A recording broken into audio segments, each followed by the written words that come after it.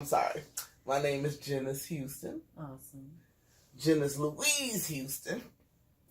And I'm from Toledo, Ohio. Okay. I'm 45 years old.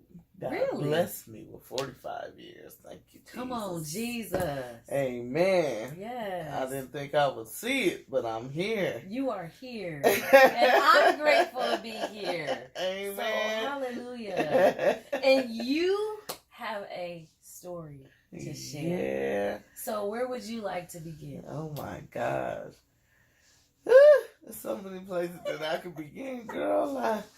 You let me start? Lord have mercy. Yes, because we are here in Phoenix. Yes. And lovely Phoenix, Arizona.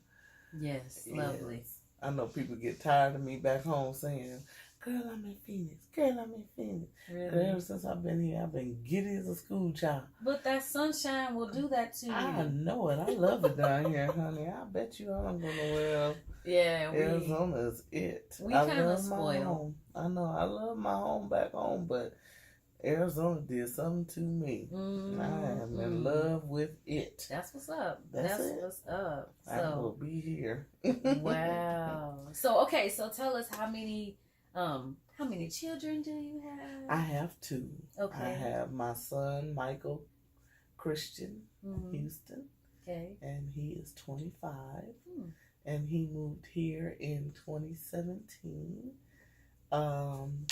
He gave up his last year of college to move here to take care of me. Okay. When I got really, really ill.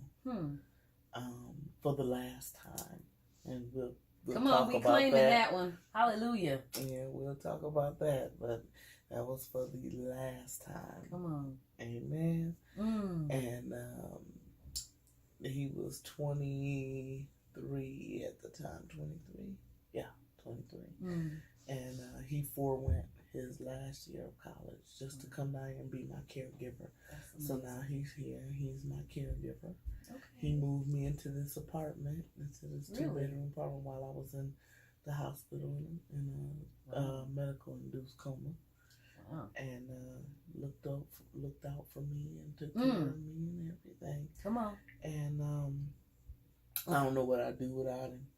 Absolutely. I really don't. I tell you, he's my rock. He's my rock. Come on. You know, because at this point I should have a husband and all that stuff to help me, but God didn't see it that way just yet. Come on. I'm not saying that he won't. Right, absolutely. But for right now, I got my son, and that's what's up. Amen. You know, so your story. Oh, my daughter. Oh yeah. Yeah, my daughter. I have my daughter Kayla is 24. Okay, so Michael's the oldest. Okay. And then my daughter Kayla, she graduated from University of Toledo. She lives back in Toledo. Okay. And she got her bachelor's degree in criminal justice with a minor in pre-law. Wow. And she was an honor student. Wow. Yes, and she's going to be going to graduate school, going to law school in the future. And she got married a month after she graduated. Wow, that's awesome. And she married my other son, Starlene Kirkat. She literally married them. Like not my son's son, but he's my son now. Oh. Yeah, so his name is Starlene Kirkat. Which is her husband. And he's from Kenya. Oh. And so whenever they have my grandchildren, they'll have dual citizenship, Kenya and United States. I'm so happy. And this stinkeroo is Emily. I don't even think they can see her, but she is so amazing. She just gotta be on camera. Look, you just gotta be seen, don't you? That is so amazing. She is like in the crevice of my I know, but they can see her tail. Yes, she is so nice and warm. Look at her. Just got right on her in. fur is like silk. I'm gonna kill you. That is amazing. She looking at me like, why? I want to be on camera. Oh, I can hear you purring. I know that's right. But yeah, so basically I have 3 children. Okay. You know, I have 2 that I gave birth to and 1 that married in. Come on. And he is so good to my daughter. That's amazing. And my daughter is so smart. I never have an ounce of trouble out of her. She does what she's supposed to do. Come on. She's very resourceful, very astute. Yes. You know, very dependable, and I mean, they make a wonderful couple. That's what's up. Together. I know they're gonna do great things. And my son, like I said, he's so smart, and he's such a genius. Come on now, Honey, he is a genius. Yes. He can do anything. You see those paintings on the wall? I was noticing that.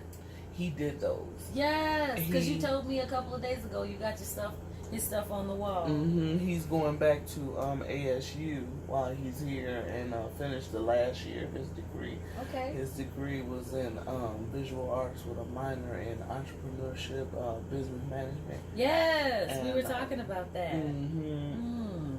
And so he does watercolors, oils, charcoals, sketching. He can do, blowing glass, metals, and all that stuff. He does, and clay. Oh. He does everything. There she is. Look at you. It's like she knows that the camera's there. Hold on, let's see if we can capture just a little bit of it. Hello. You see? It's like she knows the camera is there. She got right there and looked up, didn't she?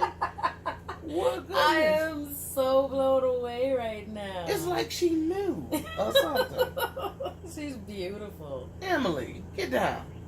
She is beautiful. Get down. No, she pop says, you in the butt. I'm in love right now. I'm in love. You just want somebody's attention.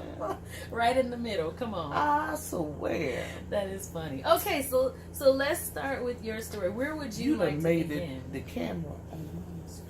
All right, we gotta pull back up. Pull back up. Okay. Okay, so where would you like to begin with your story? I'm not gonna touch your butt. Sorry. Well, I guess it's briefly. I'd like to start when I was a kid. I guess. Well, you don't have to go that far back because you've been an adult probably longer than you've been a kid. But it was a small thing about being a kid is that God was always my best friend. Jesus was always my best friend. That's awesome. My mother always had us on our knees when we were little kids. At night, she would come and have us come in her room, and she would have my brother on one side and me on the other. Because my sister wasn't born. It's me, my brother, and my sister. My sister wasn't born until I was 10. So there was a long time that I didn't have a sister. And I prayed and prayed for a long time, for about a good 2 or 3 years for a sister, because me and my brother didn't get along very well. Really? Yeah. He wasn't always that nice to me when we were little, but I'm sure he didn't mean it. He probably didn't look at it like that, but stuff used to hurt my feelings. But we are in such a great place now. That's good to hear. Oh my goodness, I love my brother so much. That's really good to hear. You know what I mean? All that stuff is so far behind us now. Good. That it's nothing I wouldn't do for him. That's what's up. We mended those fences, and I'm so glad that we did. Good. And my sister and I are in a great place as well. I'm 10 years older than her, 9 years, and my brother is 3 years older than me. So I'm like right smack in the middle. Okay. And like I said, when I was little, my mother used to put my brother on one side, me on the other, and she would say our prayers, teach us how to pray. We went to Christian school when we were little, and then when we got into grade school, we went to Catholic school all our lives. I only got to go to public school 1 year, and that was when I went my freshman year to Montgomery Whitney High School, and that was a vocational technical high school, and I learned so much going there with so many different people and so many different things. It was like going to college. You could go to this school and take classes within a major. Like you could go into DHO, which was Department of Health Opportunities. You could go into auto shop and learn how to fix cars. Yeah. And you could go into wood shop and learn how to work with wood, metal shop. Yes. You could go into COS, which was cosmetology, and learn how to do hair. You know, you could go into dietary and learn how to cook, learn how to run a restaurant. You could go into business, which is what I was in, and learn how to take shorthand, learn keyboarding, learn how to run a business. Absolutely. You know, things like that. And just, there were all kind of stuff. There were the arts, singing and music and all the different stuff. And so that place was a wonderful place that if you weren't going to be able to afford to go to college, you could walk out of that school with a vocation. You could walk out of that school with the skills to go out and get you a job. That's right. And something that not just a job, but something that you wanted to do, a career. Absolutely. And it was the only school like it in the whole city. And so like I said, growing up, I guess I always wore my heart on my sleeve, and so I wore my heart out a little bit. Wow. I always did, and wow. I fell in love early. I fell in love with somebody when I was younger, and it ended up lasting 27 years. Is that right? Oh my gosh, yeah. I dated this person on and off for 27 years, and ended up he moved all the way down here just to be with me. And, really? And that didn't work out, and he moved back home. Wow. After 9 months. I mean, he was here a year and a half, but it was like 9 months. And it didn't work out.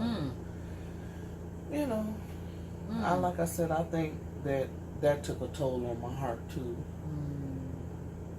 And other things, as far as my heart is concerned, there were 15 people on my mom's side, my dad's side combined.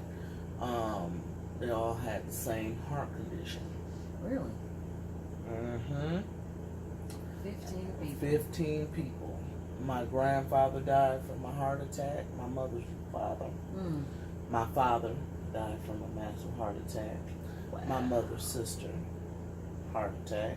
Wow. My mother's sister, her youngest daughter, who was my close cousin, my favorite cousin. I have 2 favorite cousins in the whole wide world. That's my cousin Tammy. Wow. And my cousin Joanna. And Joanna, she died from a heart attack. Really? Yeah. Wow. And she and I were the same age. Really? Yep. And she died from a heart attack. Yep. And it just messed me up, So you're having Yep. the issue? I found out in 2006. See, I had never really been sick, all of my life. I had been pretty athletic. I ran track, I played basketball, I did all these different things, and I was pretty okay. Rode my bike, walked everywhere. Right. I pretty much ate what I wanted to eat, but I was more of a fruit eater, vegetable eater. I didn't really eat no whole lot of junk. I ate my fair share of junk, but I didn't eat a whole lot of it, Right. And I didn't have a whole lot of problems. I was a little slower than other kids. Like when they would play hide go seek, I was always the one that got caught. I was always the one that was it. And I used to complain about being tired, and they would say, "Oh, Jenny, you complain too much. Why you complain? Just run faster." And I could never catch up, and I was always, So when I ran track, I would do like the 100, 200 meter dash. I could never do You know, I would have to do the relay. I could never do anything long distance or like cross country or nothing like that because I would get tired. And I never thought about it being an issue until later on when I found out I had the heart problem because it's congenital, meaning I've always had it, but they never knew to check for it because nobody knew the pattern. Nobody saw the pattern until me. Got you. Wasn't until it got to me that they decided to look at the pattern. Really? Right. When I started writing it down for my doctors, they said, there's a pattern here. You know, your dad, my dad's 2 first cousins and their sisters, you know, Jackie and Patty, they both have it. My mother's father had it. Her sister had it. Her sister's daughter had it. Wow. You know, my father's sister, her first 2 children, my 2 first cousins have it. My son came here with an enlarged heart. My brother's daughter, her son came here with it. So my great nephew has it. Really? So you're looking at a pattern here that it keeps getting passed down. And the head count just keeps, and we're not going to claim that no more. We're going to cut off these generational curses right now in the name of Jesus. That not one more person is going to come here in this family. Because now that we've identified it, we're going to do something about it. That's right. My niece has already started by claiming a pescatarian diet. She's got her son and herself on a pescatarian diet. She's lost weight. Her son eats nothing but fish and vegetables and fruit.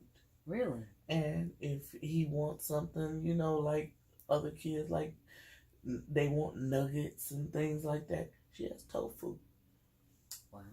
And so he doesn't miss out. Really? On any of that stuff. Fish nuggets, tofu nuggets. Wow. Things like that, you know, so that he doesn't miss out on the little treats that kids like to have. Wow. You know, she's found her way. Really? And I'm trying to adopt a pescatarian diet now, Okay. you know, so that I can try to lose some weight and things like that. She's even inspiring me. My niece Maisha Houston. Hi, Maisha. Her name is Mai Houston on Facebook and on Instagram. Wow. And she's one of a kind, you know, she's really inspiring me. So that's awesome. Yeah. That's awesome. But yeah, so like I said, in 2006 I found out that I had diabetes, and diabetes runs strong on my mother's side. Nobody on my father's side has diabetes. And then on my father's side, the heart thing runs stronger than on my mother's side. But there's heart and diabetes on my mother's side. But on my mother's side, there's heart, diabetes, and kidney disease. So then fast forward to me, my brother, and then on both sides there's hypertension. Then fast forward to me, I got everything. My brother and sister, hypertension, they didn't get nothing else. But I got COPD, diabetes, hypertension. I have to look at my bracelet. Sometimes I forget what all I got. Diabetes. I have a pacemaker and defibrillator, cardiomegaly, cardiomyopathy, heart failure, hypertension, sleep apnea. What? Yeah. And all that's on this bracelet? Yep. And that's not everything. Wow. They ran out of room. Wow. So good thing they didn't make you put on another bracelet, though. I should be wearing 2, but I just, you know, those are the main things. Wow. Yeah. So how do those things affect your, like, everyday? you live with it. You know what I mean? But I'm not claiming it because there's some things that happen after that. And God said no. Come on. So like I said, 2006, I got diagnosed with diabetes 2. Okay. And I lost a significant amount of weight. I lost like 52 pounds. And I thought it was for the way I was eating because I really wasn't eating that much. And I said, "Oh, okay, this is working. This diet is working." Right. And it was really because of my diabetes was, onset. Wow. And 2 years later, I went to the doctor and I hadn't been feeling so great. And, it was just some stressful things going on in my life with a relationship and things like that. And I had been having some chest pains and some back troubles and, wasn't sleeping very well. And, just some things going on. I had been back and forth to the emergency room and some swelling. And he had me take a stress test and, do some different things and came back and told me my heart function was at 35%. And that was when I found out. Wow. And I said, 35%? 35%. Are you kidding me? So at the time, I'm still working. I was a medical assistant, private duty, and I was still working and still taking care of people, and I was without a car at the time, and I was catching buses, and I would run to catch buses, and I used to be sweating profusely. And so at this point, I'm like, now I know why I was sweating. So I'm getting scared. I was like, I could have passed out all this time. All the stuff that I was doing to take care of these patients, lifting people and running back and forth, carrying heavy baskets of laundry and pushing and shoving and lifting and, running back and forth, catching these buses and and it made me think about slowing down. And I was working 80 hours a week. Woo! Yeah. And so... That's 2 weeks crammed into one. Right. So I used to work all week and like all weekend. Wow. Yeah. And so I just, I kept on working and I didn't slow down. Okay. I should have, but I did not. Fast forward from 2008 to 2012, my 2012, and I had to have what we call a lateral sphincterotomy because I had problems with my rectum. Wow. All the way back to 1999. Really?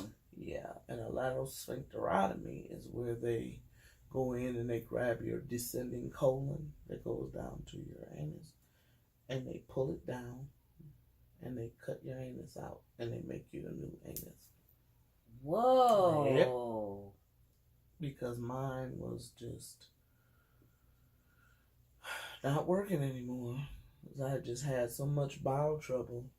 Really? Yeah, just from stress and so many things going on with me. Whoa. That I had to have that done, and I had to take time off of work. It was just that bad. Really? I have never heard of that before. Yep, me either, until I had to have it done. Oh, my Lord. Yeah. And I still didn't slow down. Wow. Until the next year, 2013. Okay. When they told me my heart function now was down to 20%. And that's when they put in this pacemaker. Because he said, you are going to have a heart attack. We need to get you ready, just in case. Just in case. And I said, that is when I told my job I have to stop. I gotta retire. That's it. I didn't have my full retirement. I had just started a 401k. And I probably should have started long ago, but I had just started 401k. And I said, well, I got a little bit of money in there. I just have to stop it until my Social Security kicks in or whatever. I just have to use that money to pay my medical bills. So now I'm without a 401k. Oh, shoot.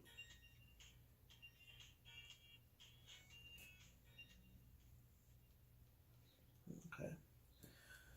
So, I thought I turned that off. But, anyway, I,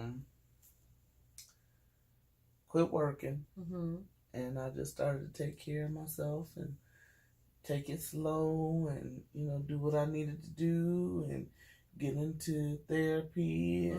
And that's what I started to do. And then the next year, 2014, April 11th, was in a Costco on a little scooter, shopping with my daughter. Got to the checkout, wasn't doing anything, just sitting on the scooter. Pacemaker said,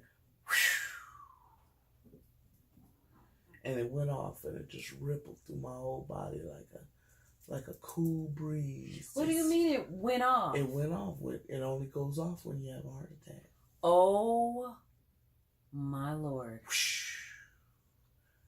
And I stood straight up, and they say usually when it goes off, it's supposed to knock you off your feet, but I was already sitting. Come on.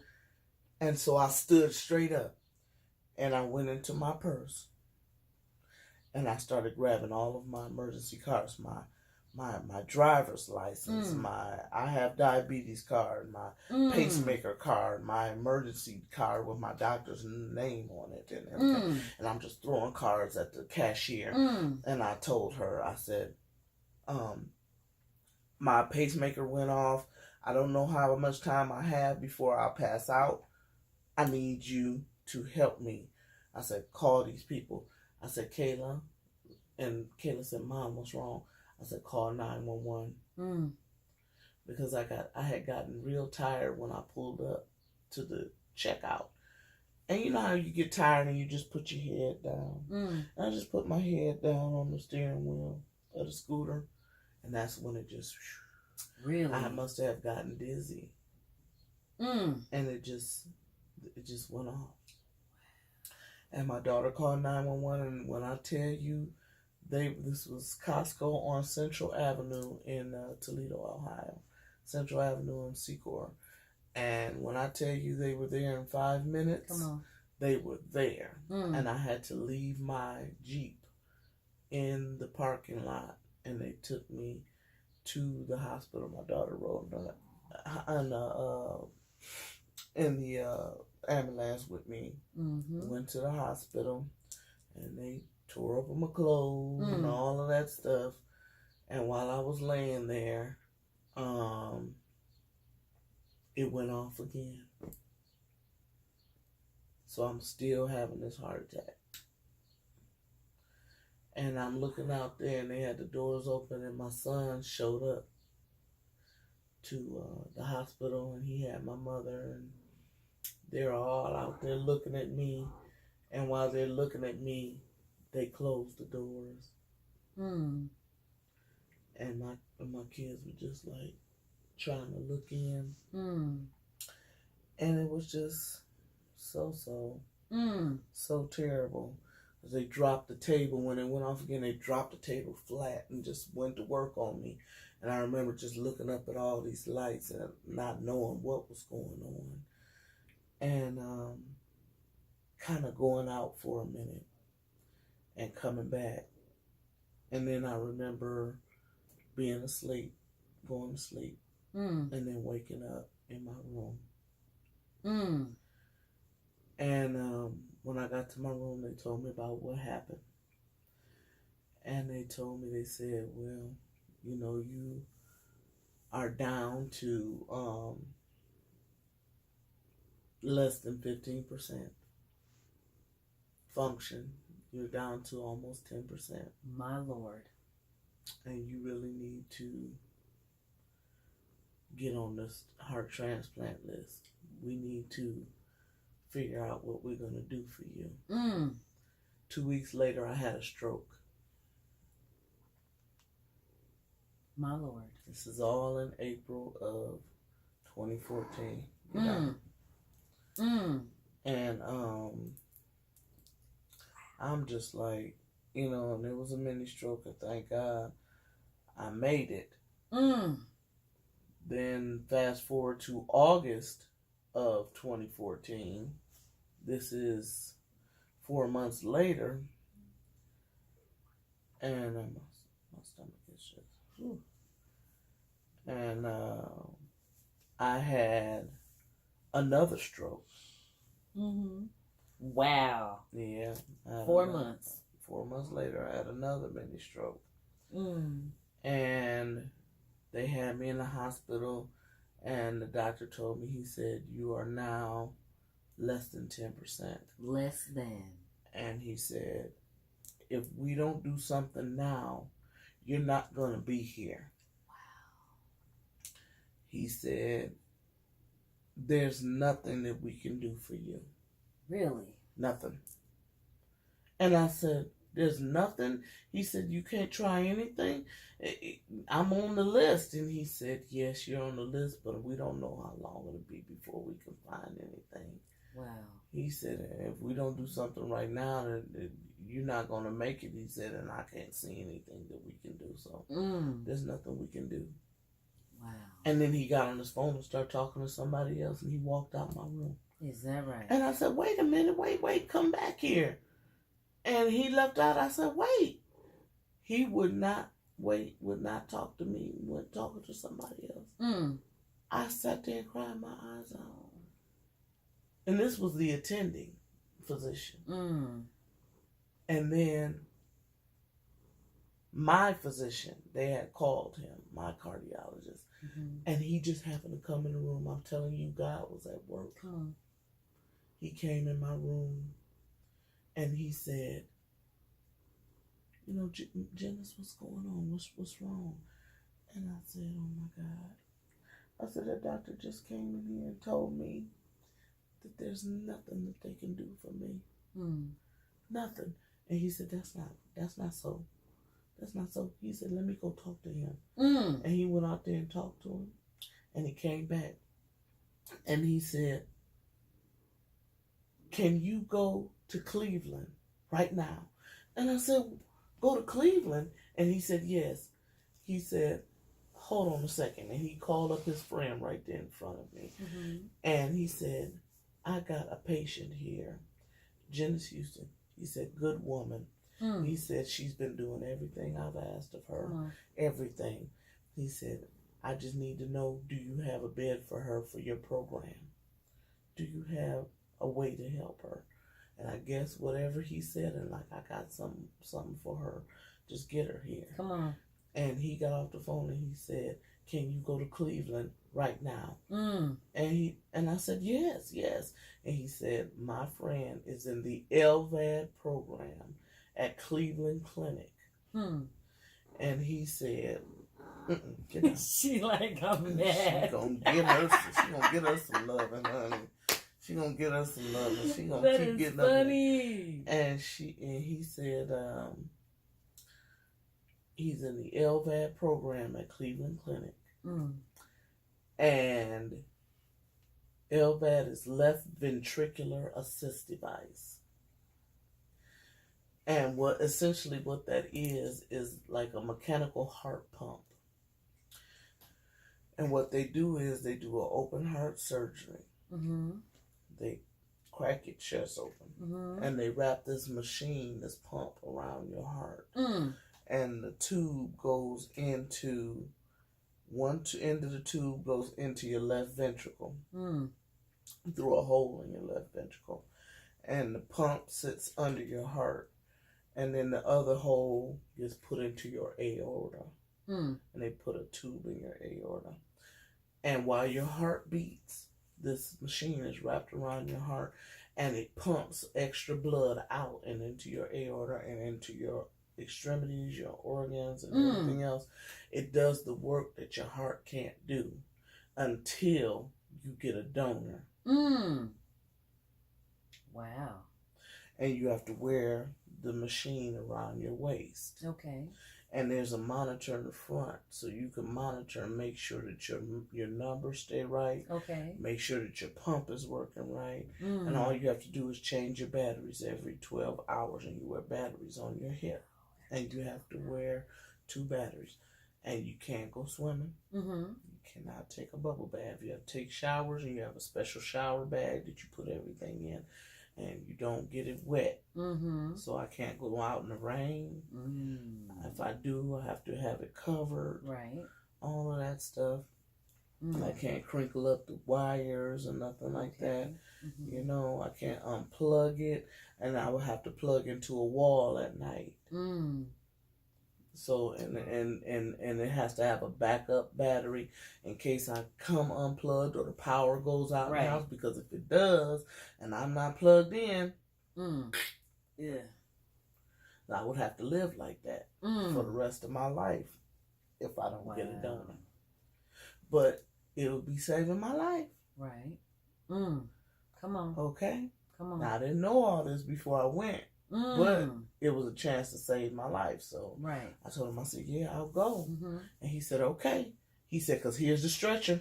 As soon as he said that, the stretcher was in the hallway. Come on. I said, oh my gosh. I said, I'm going down. He said, yes. I said, but my family just left it down in the lobby. He said, you don't have time to get them back here. We got to go. So they got the Life Flight van, put me on the stretcher. Took me out. I'm calling my mama on the stretcher in the elevator. Mama, I'm getting ready to go to Cleveland. She said, what? Wait a minute. We coming back up. I said, no. Ain't no time for that. My son took off running. They got me in the ambulance. He ran all the way to the ambulance and caught me right at the ambulance to say goodbye.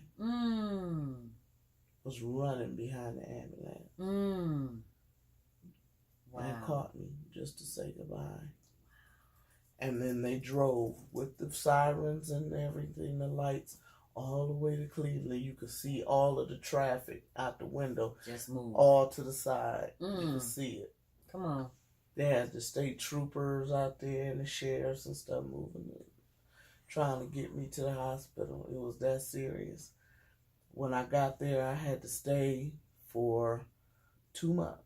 You know, so I stayed for, well, actually it was like 3. I stayed for a month so they could get the weight down and get the fluid off of me because I was severely swollen. So they got about 50 pounds of fluid off of me. Wow. Then they did the surgery. And that was September 24th. Of 2014, I got my mechanical heart. And I still have it down there on the floor.